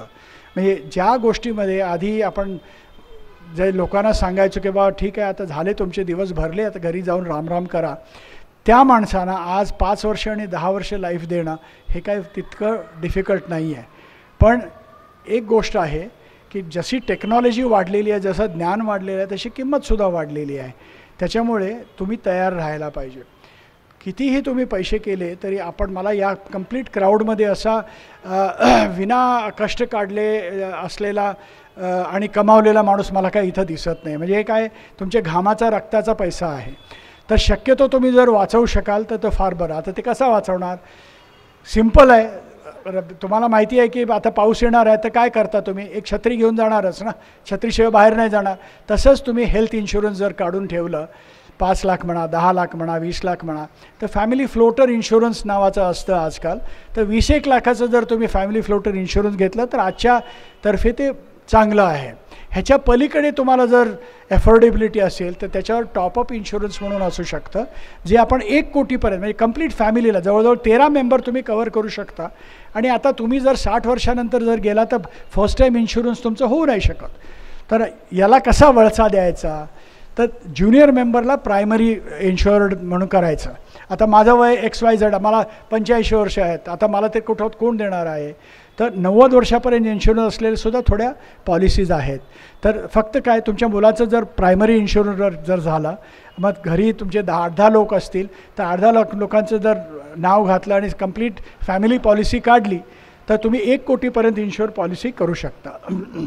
तर हे सगळं तुम्ही ज्या वेळेला पाहता तर आता काय ॲडव्हान्स आहे, तर अमेरिकेमध्ये 1991 ते 2015पर्यंत जे पाहिला तुम्ही, किती 20-25 वर्षाचा फरक आहे. तर overall cancer death rate in United states has fallen bye 26%. हे सगळे बेनिफिट आता मी जे बोलतो आहे, जे समजावतो आहे, हे इम्प्लिमेंट केल्यानंतर आपण सुद्धा असा डेटा पाहू शकतो. तर ह्याच्यानंतर आपण कुठे जाऊ शकू, एक आहे कॅन्सर स्क्रीनिंग म्हणजे रेग्युलर चेकअप, दरवर्षी वगैरे चेकअप करणं. दुसरं आहे की हे नॉर्म व्हायला पाहिजे. म्हणजे आपण जसं म्हणतो की बाबा ठीक आहे देवाच्या देवळाला जाऊन यायचं, आठवड्याला म्हणा, महिन्याला म्हणा किंवा दिवाळीला म्हणा एक जाऊन यायचं, तसं तुम्ही तुमच्या हॉस्पिटलला चेकअप करून यायचं. कंपल्सरी हेल्थ इन्शुरन्स काढणे हे दुसरं. थर्डली काय मिनिमली इन्व्हेसिव्ह म्हणजे अरे नाही ते म्हणाले की मला एवढं मोठं कापणार, काही गरज नाही आहे. आजकाल मोठी सर्जरीसुद्धा छोट्याशा अपर्चरमधून सुद्धा होऊ शकतात. रोबोटिक सर्जरी, मशीननी सर्जरी वगैरे नॉर्मल होईल. मग ते ह्या सर्जरीमुळे तुमचं रिहॅबिलिटेशन जे आहे म्हणजे तुमची रिकव्हरी जी आहे अगदी 4-5 दिवसामध्ये तुम्ही ऑपरेशननंतर चालू शकाल, 15 दिवसामध्ये तुम्ही एकदम नॉर्मल होऊ शकाल, ट्रॅव्हल करू शकाल आणि कामावर जाऊ शकाल. तर आणि वेगळ्या वेगळ्या थेरपीमध्ये तुमची क्युअर रेटसुद्धा खूपशे वाढत जातील आणि cancer vaccination will become common, immunotherapy will become totally common. आता समज आणि गैरसमज जो मेन टॉपिक आहे त्याच्यावर येतो की कॅन्सर, अरे नाही नाही काय आपण जगतो ना म्हणजे कॅन्सर होणारच, काही गरज नाही आहे. तुम्ही 100 वर्षापर्यंत जगू शकता आणि तुम्हाला कॅन्सर होण्याची काही गरज नाही आहे. बरोबर जर जगला आणि तुमच्या जेनेटिक ह्याच्यामध्ये काही प्रॉब्लेम नसेल तर तुम्हाला कॅन्सर नाही होणार. ट्रीटमेंटला खूप पैसे पडतात, रे बाबा मी कुठं जाऊ, मला जायचं हे नाही, इच्छा नाही आहे, जे छोटं मोठं काय मी वाचवलेलं आहे ते सगळं खराब होऊन जाईल. बघा, तुम्हाला ट्रीटमेंट फार चांगली पाहिजे, त्याच्यामध्ये टेक्नॉलॉजी म्हणजे मशीनचा जो खर्च आहे तो येतोच. एक्सपर्टाईज वाढलं पाहिजेत. कुठल्याही डॉक्टर बघा, आता तुम्ही कॅन्सर स्पेशलिस्ट व्हायला जवळजवळ 35 ते 40 वर्षापर्यंत तो माणूस जवळ शिकतच राहतो. 20-25 वर्ष त्याला एक स्पॅन मिळतो, त्याच्यामध्ये तो कमावतो. तर हे सगळं तुम्ही पाहायला गेला, याचा जर हे कॉम्बिनेशन पाहिलं तर थोडा खर्च तरी नक्कीच येणार. पण तुम्ही जर इन्शुरन्स घेतलं तर काय प्रॉब्लेम आहे, तुम्हाला काहीच प्रॉब्लेम नाही आहे. मोबाईल जर लिंक टू मोबाईलमुळे कॅन्सर होतो, हेअर डायमध्ये कॅन्सर होतो असं काय नाही. कुठल्याही गोष्टीचा अतिरेक जर केला तर तो प्रॉब्लेम होतो, हे खरोखर गोष्ट आहे. आता मोबाईलच्या टॉवरमुळे रॅट्समध्ये म्हणजे उंदरामध्ये ब्रेन ट्युमर्स आढळून आलेले आहेत. पण याच्यामुळे माणसात तेवढा होतो की नाही हे अजूनही क्लिअर नाही आहे. पण लहान मुलांना रेडिएशनच्या आजूबाजूला, मायक्रोवेव्हच्या आजूबाजूला सोडू नका. अहो, मोठ्या सिटीमध्ये आता मी राहतो पुण्यामध्ये किंवा खेड्यात, काय ते मुंबईला राहतात तर त्यांचे ते माझ्यापेक्षा जास्त आहे म्हणून मी सिगरेट तिकडे फुकणार असं नाही आहे. एक लक्षात ठेवा, एक युद्ध होतं, 1 लाख सोल्जर्स जातात युद्धावर, 8,000 मरतात. अरे 1 लाखामध्ये फक्त 8,000 मेले, याच्यामुळे युद्ध काय सेफ होतं का? तुम्ही स्वतःच्या मुलाला किंवा स्वतःला तुम्ही जाल तुम्ही युद्धावर, नाही जाणार. तर युद्धाचा अनसेफपणा जो आहे तो नाहीसा नाही होत. अरे माझे बॉस हे पर्टिक्युलरली हे मंत्रालयामध्ये खूप आहे, अहो आमचे साहेब दररोज तंबाखू खातात, त्यांना काही झालेलं नाही आहे, मग मी काय तंबाखू नाही खायचा. ह्याला उत्तर माझं सेम आहे, आता ऑलरेडी मी दिलेलं. अहो एकदा कॅन्सर झाला की मग क्युअर होत नाही, एकदा ट्रीटमेंट झाला तरी तो परत येतो, काही खरं नाही आहे. अर्ली स्टेजमध्ये झाला काही परत येणार नाही आहे. जर माझ्या आईवडिलांना कॅन्सर आहे तर मला होणारच, ती सुद्धा गरज नाही आहे. जोपर्यंत जेनेटिकली डिसाइडेड नसेल तोपर्यंत नाही होणार. आणि जेनेटिक प्रॉब्लेम असेल तर त्याला उत्तर आहे. सर्जरी केली, अरे तुम्ही ऑपरेशन केलं तर तो पसरणारच, हे सुद्धा खरं नाही आहे. खूपसे लोक काय करतात, ॲडव्हान्स स्टेज होईपर्यंत घरी बसतात आणि त्याच्यानंतर येतात, त्याला तुम्ही सर्जरी केली नाही केली तर तो पसरायचे चान्सेस जास्त असतात. अर्ली स्टेजमध्ये केली तर कॅन्सर क्युअर होण्याचे चान्सेस 90-95% आहेत. अहो किमोथेरपीमुळे फार त्रास होतो, काय माणूस म्हणजे मेलेला बरं पण किमोथेरपी घेतलेली नको. किमोथेरपीला त्रास होतात हे खरी गोष्ट होती 30 वर्षापूर्वी 40 वर्षापूर्वी. आजकाल इतकी चांगली औषधं आहेत की साईड इफेक्ट्स अगदी सप्रेस आपण करू शकतो. आणि आता ह्या गोष्टीबद्दल आपण विचार करायची गरज नाही आहे. एकदा कॅन्सर झाला की तो परत येणारच, परत ती खरोखरची गोष्ट नाही आहे. तर कॅन्सर मॅनेजमेंटपासून तुम्ही सर्वात चांगली रिझल्ट कसे घेऊ शकता, एक आहे की अर्ली स्टेजमध्ये कॅन्सर क्युअर होऊ शकतो. कुठे जायचं, काय करायचं याचं थोडं ज्ञान तुम्ही स्वतःकडे ठेवा. ॲडवाईस जो येतो तुमच्याकडे डॉक्टरांच्याकडून तो निग्लेक्ट करू नका. ॲडवाईज तंबाखू बंद करणं किंवा अल्कोहोल बंद करणं हे जे ॲडवायजेस असतात ते नेग्लेक्ट करू नका. अरे डॉक्टर ते असंच सांगतात, असं काही गरज नाही आहे. चांगले हॅबिट्स ठेवा, थोडा एक्सरसाइज, जास्त नाही, थोडा एक्सरसाइज, चांगलं जेवण, हेल्दी जेवण करणं, स्थूलपणा अवॉइड करणं, डायबिटीस हायपरटेन्शन कंट्रोलमध्ये ठेवणं आणि लाईफस्टाईल हॅबिट्स अवॉइड करणं आणि रेग्युलर फॉलोअप्स आणि हेल्थ इन्शुरन्स. प्रत्येक गोष्टीला मी ते सांगतो आहे तुम्हाला. तर आता घरी जाताना तुम्हाला तुम्ही काय विचार कराल, एक आहे तुमची जर कंपनी असेल, आपले डॉक्टर आपले इंडस्ट्रियलिस्ट इथंच बसलेले आहेत, तर तुमच्या ऑर्गनायझेशनसाठी तुम्ही काय कराल. एज्युकेट युअर स्टाफ, आज जे मी बोललेलो आहे हे काय फार अतिशय तरखड वगैरे असं काय मोठं कॉम्प्लिकेटेड काही गोष्ट नव्हती. तर हे तुम्ही एज्युकेशनल लेसन्स तुमच्या ऑर्गनायझेशनसाठी देऊ शकता. प्रिकॉशन्स ठेवायला पाहिजे, जास्त पोल्युशन व्हायला नाही पाहिजे. जर तुमच्या ह्याच्यामध्ये जर पोल्युशन होत असेल त्यांना मास्क वगैरे द्या. प्रोटेक्शनसाठी काय साधनं असतील ते करा. Insure your workers, corporate insurance असतं त्यांचे इन्शुरन्स करा. Encourage their good habits, exercises, counselling, चांगलं हेल्थ रिलेटेड काउन्सिलिंग करा, चांगलं इन्फ्रास्ट्रक्चर तुमच्या वर्कर्ससाठी ठेवा आणि social good contribute for their education funds etcetera. इंडिव्हिज्युअल्सनी काय करायला हवं, चांगल्या सवयी, कीप अवे फ्रॉम अल्कोहोल और tobacco in any form as far as possible. एक गोष्ट असते, तुम्ही अल्कोहोल जे केव्हाही घेऊन तुम्ही काम नाही करू शकत, म्हणजे दिवसा तुम्ही अल्कोहोल नाही घेऊ शकत, पण तुम्ही दिवसाला 25 सिगरेटी सरळ फुकून तुमचं काम चालू असेल आणि तुम्ही फुकत असाल. म्हणून always remember tobacco is more dangerous than alcohol. थोडा एक्सरसाइज, नो अननेसेसरी हार्मोन, जे मी पहिल्यांदाच सांगितले आहे. प्रिकॉशन्स घ्या. Be aware that cancer is common and curable. Facilitates knowledge. Upgrade your knowledge regularly. आज मी जे बोललो, मला तुम्ही 10 वर्षानंतर जर परत बोलवलं, माझं lecture will not be the same, कारण नवीन नॉलेज आलेलं असतं. तर दिस इज व्हेरी इम्पॉर्टंट. आणि इन्शुरन्स हे करा. Thank you very much.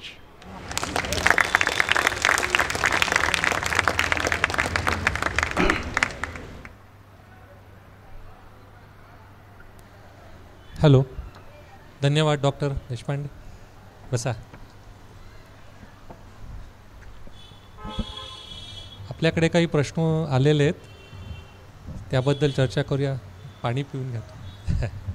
बराच वेळ, 1 तास बोलवतात जवळपास तुम्ही. पाणी पि नाही.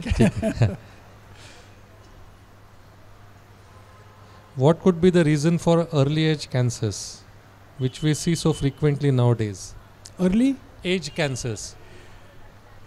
अर्ली एज कॅन्सर्स म्हणजे आता कधी कधी आपल्याला कळतं की 6 महिन्याच्या मुलाला डोळ्याचा कॅन्सर झाला.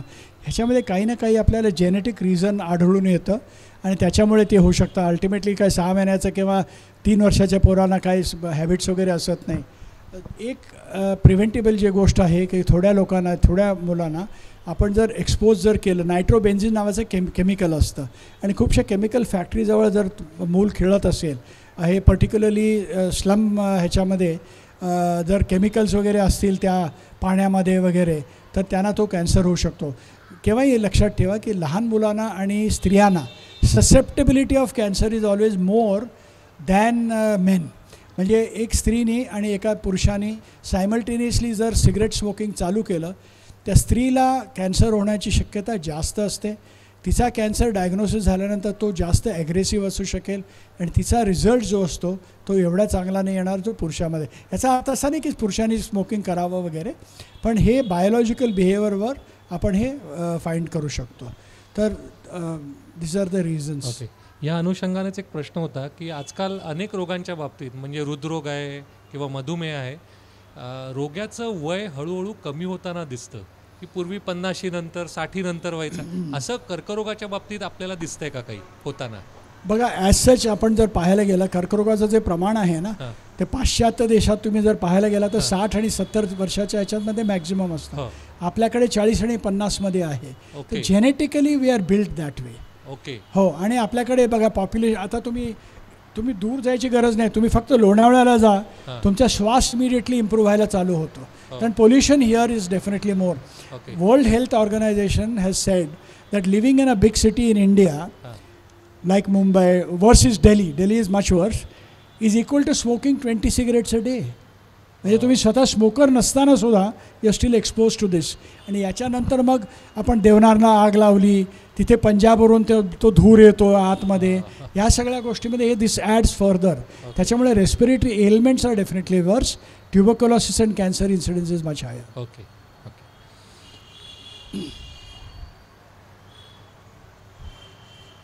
ब्रेस्ट कॅन्सर 7 वर्षापूर्वी झाला, पूर्ण ट्रीटमेंट घेतली, पण आता स्पाईनमध्ये जर तो नंतर स्प्रेड झाला तर. कुठला cancer?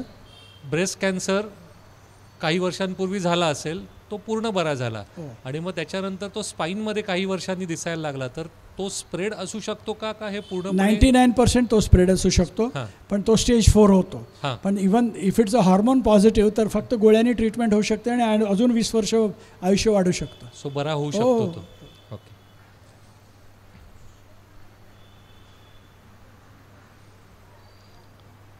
How safe is screening like MRI scan and mammography? काय म्हणाला? Safety of screening procedures. Safety there is no problem at all. काही त्याच्यामध्ये रेडिएशन वगैरे हे होत नाही. Okay. Very free can do these things. आणि how frequently can a woman go for screening like MRI scan और मॅमोग्राफी असं काही आहे? MRI आणि mammography you can do it once a year.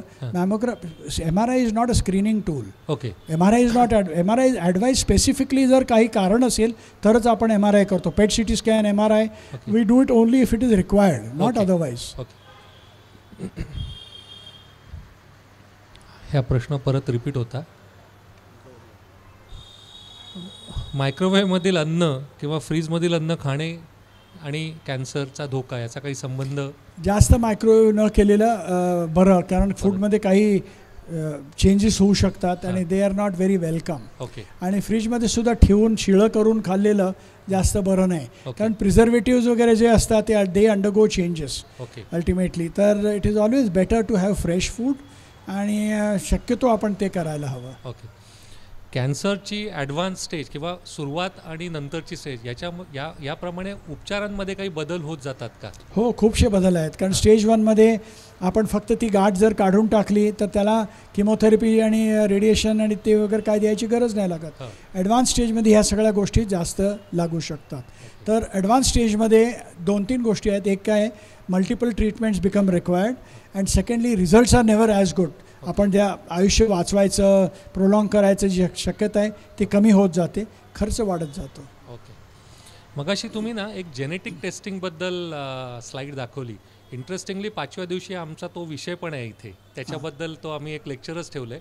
But प्रश्न असा होता की एखाद्या व्यक्तीला माहिती आहे की बाबा फॅमिलीमध्ये जेनेटिकली एक प्रीडिस्पोजिशन आहे का बाबा कॅन्सर होण्याची शक्यता आहे, तर अशी व्यक्ती कर्करोग होऊ नये किंवा तो उशिरा व्हावा यासाठी काही काळजी, लाईफस्टाईल चेंजेस काही करू शकते का? हो, खूपशे करू शकतात. आता समजा एका स्त्रीला तुम्ही 18 वर्षावर सांगितलं की बाबा तुझ्या आईला कॅन्सर झाला होता, तुला BRCA1 BRCA2 पॉझिटिव्ह आहे, तर तुला ब्रेस्ट कॅन्सर व्हायची 70% शक्यता आहे 50 वर्षापर्यंत आणि ओव्हेरियन कॅन्सर होण्याची शक्यता आहे 40 वर्षापर्यंत. तर आपण तिला काय काउन्सिलिंग करू शकतो? एक गोष्ट आहे की बाई, तुला जे पहिलं मूल आहे शक्यतो 30 वर्षाच्या आत होऊ दे आणि ब्रेस्ट फीडिंग कर, कारण या गोष्टी definitely these are all connected. जर तिचं जेनेटिक ॲबनॉर्मॅलिटी नसेल तर ह्या गोष्टी सांगण्याची गरज नाही. She can do this things at any age of hers. Secondly 45 वर्षानंतर हॅव द ब्रेस्ट रिमूव्ड. जसं मी तुम्हाला सांगितलं, रिकन्स्ट्रक्शन होऊ शकतं आणि those breast will never sag, so it's a bonus point. आणि at the same time have your ovaries removed. तर तुम्हाला मग ब्रेस्ट आणि तिला in fact this becomes a safety for her from breast आणि ovarian cancer. Okay. So basically surgical intervention is the surgical intervention म्हणा. आज आपण सर्जिकल इंटरव्हेन्शन म्हणतो. तुम्ही एक छोटं मी हे घातलं होतं जेनेटिक मॅन्युप्युलेशन. 10, 20, 25 वर्षानंतर काय आहे ते BRCA1मध्ये जर ॲबनॉर्मॅलिटी आहे तर ती करेक्ट कशी करायचं हे सायन्ससुद्धा आपल्याला प्रगत होईल. आणि त्यावेळेला हे सगळं करायची काही गरज नाही आहे. मग तिला लॅबोरेटरीमध्ये हे पाठवून तिचे जीन्स बरोबर म्हणजे गाडी आली, गाडीमध्ये माहिती आहे तुम्हाला हा पार्ट प्रॉब्लेमॅटिक आहे, तिला वर्कशॉपला पाठवलं, तो फक्त पार्ट बदलला आणि नॉर्मल केलं आणि आणली, असं होऊन जाईल. आता कॅन्सरच्या गोळ्यांमुळे, किमोथेरपीमुळे अनेक दुष्परिणाम होतात, तर ते दुष्परिणामांचा त्रास कमी व्हावा म्हणून त्याच्यासाठी काही उपचार उपलब्ध आता आहेत? हो, त्याच्यासाठी एक तर ॲडमिनिस्ट्रेशन जे आहे, जे मी म्हटलं की हातात वगैरे न देता आपण ते पोर्टमध्ये देतो, एक नंबर 1.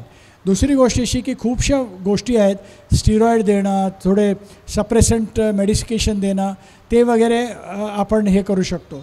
त्याच्यानंतर किमोथेरपी दिल्यानंतर जर तुम्ही जेवण वगैरे नाही केलं तर तुमचे साईड इफेक्ट्स जास्त होऊ शकतात.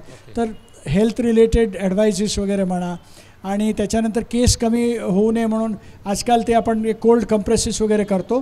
थोड्या गोष्टीमध्ये त्याचा फायदा होऊ शकतो. ओके. ब्लड कॅन्सर याबद्दल एक प्रश्न आला आहे की हे अनुवंशिक आहे का? नाही, अनुवंशिक नाही आहे, पण थोडे कॅन्सर्स असे जेनेटिकली ॲबनॉर्मॅलिटीमध्ये होऊ शकतात, पण blood cancer is not one of those. Okay. आणि ब्लड कॅन्सर ही एकच वस्तू नाही आहे. जवळजवळ 20 ते 30 different types of blood cancer are there. Most cancers can be cured today, पण there are some 5-6 types which are so bad that हट्टाकट्टा माणूस 10 दिवसामध्ये गायब होऊन जातो. ओके. आणि जर एखाद्या कुटुंबामध्ये ब्लड कॅन्सरची हिस्ट्री असेल, इतिहास असेल, तर अशी व्यक्ती आत्ताच्या जनरेशनमधली ते अवॉइड करण्यासाठी काही काळजी घेऊ शकते. केमिकल्सला एक्सपोजर वगैरे होऊ नये. तेवढंच. एक मी हे फॅमिलियल वगैरे जे म्हणतो ना, मी तुम्हाला एक गोष्ट सांगू इच्छितो की याचा बाऊ खूप केला जातो. अरे त्यांच्या घरात फॅमिली कॅन्सर आहे. तुम्ही मला एक फॅमिली दाखवा भारतामधली, संबंध देशातली सांगतो मी, जिथं one member of the family किंवा त्यांचा फर्स्ट रिलेटेड पर्सन म्हणजे त्याची आई किंवा भाऊ, चुलत भाऊ, चुलत बहीण, मावशीचा मुलगा किंवा हे, त्यांना कॅन्सर नाही, असं एकसुद्धा तुम्हाला फॅमिली मिळणार नाही आहे. दिस इज व्हेरी रिलेव्हंट. कारण काय, खूपच्या वेळेला आपण लग्नाच्या वेळेला हा सगळा विचार करतो. एक लक्षात ठेवा, हे फक्त मुलीच्या बाबत नाही आहे, हे मुलाच्या बाबतसुद्धा आहे. पण आता सगळ्या कुणाला हिस्ट्री नाही आणि त्याला कॅन्सर झाला तर तुम्ही काय करणार, सोडून देणार नाही आहे. तर ती शक्यता नाही आहे. तर ह्याच्याबद्दल आपण जास्त विचार करण्यात काही अर्थ नाही आहे. तर आपल्याला जे संकट येईल त्याला समोर जाणं आणि त्याला मात करणं हीच बरोबर गोष्ट आहे. पुढच्या प्रश्नाचं एक उत्तर माझ्या मते बहुतेक लोकांना माहिती असेल की मुंबईतली सरकारी रुग्णालयं कर्करोग नीट ठीक करण्यासाठी किती चांगल्या प्रकारे आपल्याकडे आहेत. टाटा मेमोरियल हे तर उदाहरण सगळ्यांना माहिती आहे, ते सरकारीच आहे. बट त्याशिवाय इतर काही सरकारी रुग्णालय, बघा माझं ट्रेनिंग झालं होतं ते टाटा हॉस्पिटलमध्ये 20 वर्षापूर्वीचं झालं होतं आणि त्याच्या सहारेच मी पुढे कंटिन्यू केलेलं आहे. आपले वर्ल्ड्स बेस्ट रिझल्ट्स आपण देऊ शकतो, हे ह्याच्यामध्ये प्रॉब्लेम नाही आहे. प्रत्येक हॉस्पिटलमध्ये त्यांची 2 गोष्टी असतात, एक basic training and second facilities, आणि reasonably good facilities are available. तर त्याच्यामध्ये तो प्रॉब्लेम येत नाही आहे. तर I would say that even the municipal hospital किंवा गव्हर्नमेंट हॉस्पिटल लाईक जे वगैरे, ते ऑलमोस्ट 80% देअर. ओके. असं म्हटलं जातं की इच्छाशक्ती आणि कर्करोगातनं रुग्ण बरा होणं याच्यात काहीतरी संबंध आहे, असं एक प्रवाद आहे, मानलं जातं. रिकव्हरी जास्त चांगली असते की तुमची जर इच्छाशक्ती प्रबळ असेल तर तुम्हाला रिकव्हरी व्हायला जास्त चांगला, म्हणजे मेंटल स्ट्रेंथ जर चांगली असेल तर रिकवर तुम्ही साईड इफेक्ट ऑफ सर्जरी म्हणा, रिहॅबिलिटेशन म्हणा, साईड इफेक्ट ऑफ केमोथेरपी म्हणा, रेडिएशन थेरपी म्हणा, यातून तुम्ही रिकवर फास्टर होता. ओके.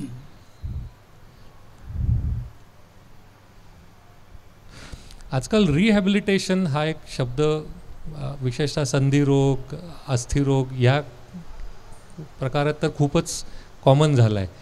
कॅन्सर पेशंट्स, कर्करोगच्या पेशंटमध्ये पण रिहॅबिलिटेशनचे काही फायदे आहेत? खूपसं इम्पॉर्टंट आहे. मी तुम्हाला सांगतो, रिहॅबिलिटेशन म्हणजे काय, स्ट्रिक्टली त्याला कम्पॅरेबल वर्ड म्हणजे पुनर्वसन. पुनर्वसन कुठून कुठे पुनर्वसन, म्हणजे आपण एक स्टेजमध्ये नॉर्मली असतो, त्याच्यानंतर आपल्याला रोग होतो, त्या रोगामुळे आपल्यामध्ये खूपसे चेंजेस आढळून येतात की हे काम मी बरोबर नाही करू शकत, मला चालायला त्रास होतो, मला कॉस्मेटिकली मला सेल्फ कॉन्फिडन्समध्ये थोडा डिफरन्स आलेला आहे, किंवा मी हे काम करू नाही शकत, मला लाईटर काम द्या वगैरे. हे सगळ्या गोष्टी ज्या आहेत ना, ह्या गोष्टी नाहीशा होऊन आपण परत ओरिजिनल स्टेटला गेलो तर वी आर फुल्ली रिहॅबिलिटेटेड. तर याच्यामध्ये 2-4 गोष्टी आहेत. एक काय आहे की तुमची nature of your treatment and nature of your disease, आणि तिथं तुम्ही जे म्हणाला ते मानसिक बळ जे आहे ते त्याप्रमाणे होऊ शकतं. आपण खूपशा वेळेला पाहतो की एक दोन्ही हात नसलेली मुलगी वर्ल्ड चॅम्पियन आपल्या देशामध्ये आहे, ती ॲरोच्या ह्याच्यामध्ये तिने प्रावीण्य कमावून प्रॅक्टिस करून वर्ल्ड चॅम्पियनचा कप ती घेऊन आलेली आहे. ह्याच्या पलीकडे आपण काय रिहॅबिलिटेशन करणार, ह्याच्या पलीकडे म्हणजे तुम्ही आम्ही जाऊन तिथं क्वालिफायसुद्धा नाही करू शकत, ती वर्ल्ड चॅम्पियन व्हायला आलेली आहे. तर हे rehabilitation is like that. Okay. पण ही जी सोय ही त्या कर्करोग जिथे बरा गेला होता त्या रुग्णालयांमध्येच उपलब्ध असते का? खूपशा रुग्णालयामध्ये असते. त्याच्यानंतर there are specific centres, rehabilitation centres. तुमच्यापैकी एक जो उद्या जे बोलणं आहे ना, he is one of the finest rehabilitation specialist. आणि फिजिकली म्हणा, सायकॉलॉजिकली म्हणा. See, rehabilitation is again with various different types. एक आहे physical. Psychologically you need a psychologist for encouraging and ते मानसिक बळ वाढवायला वगैरे. त्याच्यानंतर स्पिरिच्युअल, तर हे that is another thing. And fourth is a financial one. बरोबर. जस्ट थोडासा वेगळा डायग्रेस करतोय कॅन्सरपासून, पण तुम्ही आत्ता म्हणाला डॉक्टर गौरीश केंकरे उद्या जे येणार आहेत त्यांच्याबद्दल मला ॲक्च्युली अभय बंग आणि राणी बंग यांच्या ओळखीच्या व्यक्तीकडनं नाव समजलं, कारण गडचिरोलीला जाऊन ते ह्या क्षेत्रामध्ये खूप छान काम करतात असं समजलं. मग चौकशी करायल्यानंतर त्यांचा कॉन्टॅक्ट निघाला आणि मग ते उद्या इथे येणार आहेत. बरोबर. त्याच्यामुळे शेवटचे आय थिंक 1-2 प्रश्न तेवढे घेऊया. ॲडव्हान्स कॅन्सर म्हणजे 4th स्टेज ही शेवटची स्टेज असते का नॉर्मली? ओके.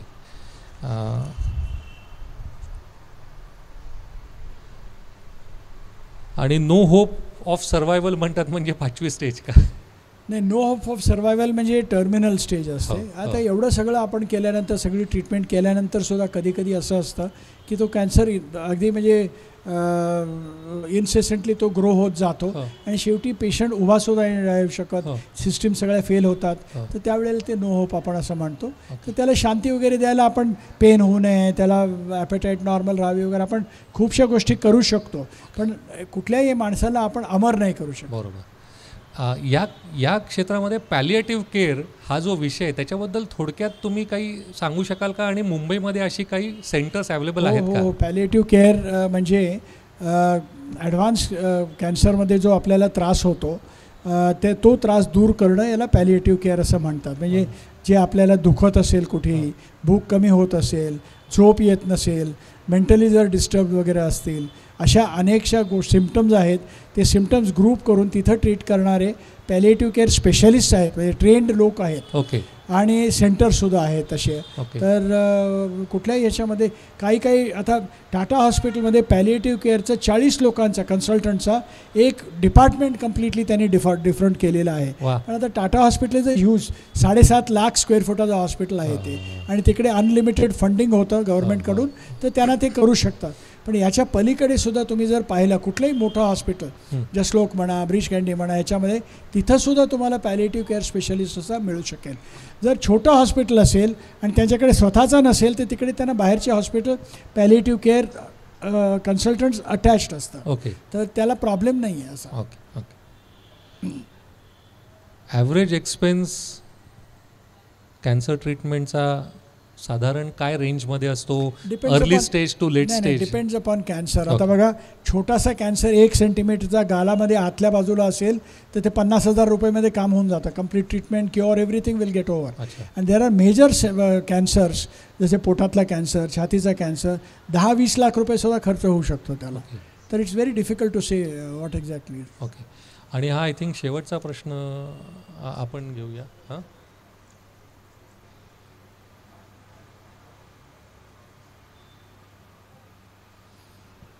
हा थोडा पर्सनल आहे, आपण आत्ता नको घेऊया, नंतर. हां, तुम्ही पाहिजे तर नंतर विचारा त्यांना. शेवटचा प्रश्न, साखर कमी खाल्ली तर कॅन्सर न होण्याचा काही फायदा होऊ शकतो का? डायरेक्ट असं कम्युनिकेशन हे नाही आहे त्याला, पण डायबिटिक माणसाने जर साखर कमी खाल्ली तर बरं असतं. जास्त खाल्ली तर मग तो डायबिटीस आउट ऑफ कंट्रोल जातो आणि मग कॅन्सरचं प्रमाण वाढायला लागतं. धन्यवाद डॉक्टर. आय थिंक तुम्ही मागचा 1-1.5 तास इतकं छान माहिती सगळ्या पार्लेकरांना दिली, प्रश्नांची उत्तरं दिली, त्याबद्दल तुमचे खरंच आभार मानू इच्छितो. आणि मला कल्पना आहे की तुमचं स्केड्यूल खूप बिझी आहे आणि मला त्यावरही माहिती आहे की तुम्ही ॲक्च्युली भारताच्या बाहेर होतात. आज तुम्ही जस्ट भारतात परतलात आणि तिथून इथे आलात आणि आमच्याबरोबर एवढा वेळ तुम्ही घालवलात आणि माहिती, खूप छान माहिती दिली, त्याबद्दल खरंच तुमचे आभार मानू इच्छितो. धन्यवाद. लोको, कार्यक्रमाचा शेवट हा राष्ट्रगीताने होणार आहे, प्लीज निघायची घाई करू नका. आणि तत्पूर्वी उद्याच्या कार्यक्रमाची सूचना, डॉक्टर गौरीश केंकरे, पुनर्वसन स्पेशालिस्ट अथवा रिहॅबिलिटेशन स्पेशालिस्ट तुम्ही ऐकलत, ते उद्या इथे येणार आहेत आणि खूप छान माहिती देणार आहेत. खूप ॲडव्हान्स टेक्निक्स त्याच्यामधली जी आहेत त्याच्याबद्दल ते बोलणार आहेत. तर उद्या नक्की या 7 वाजता याच ठिकाणी सर्वजण इथे भेटू आपण. धन्यवाद. जनगण मन अधिनायक जय हे भारत भाग्य विधाता, पंजाब सिंध गुजरात मराठा द्राविड उत्कल वंग, विंध्य हिमाचल यमुना गंगा उच्छल जलगित रंग, तव शुभ नामे जागे, तव शुभ आशीष मागे, गाए तव जय गाथा, जनगण मंगलदायक जय हे भारत भाग्य विधाता, जय हे जय हे जय हे जय जय जय जय हे.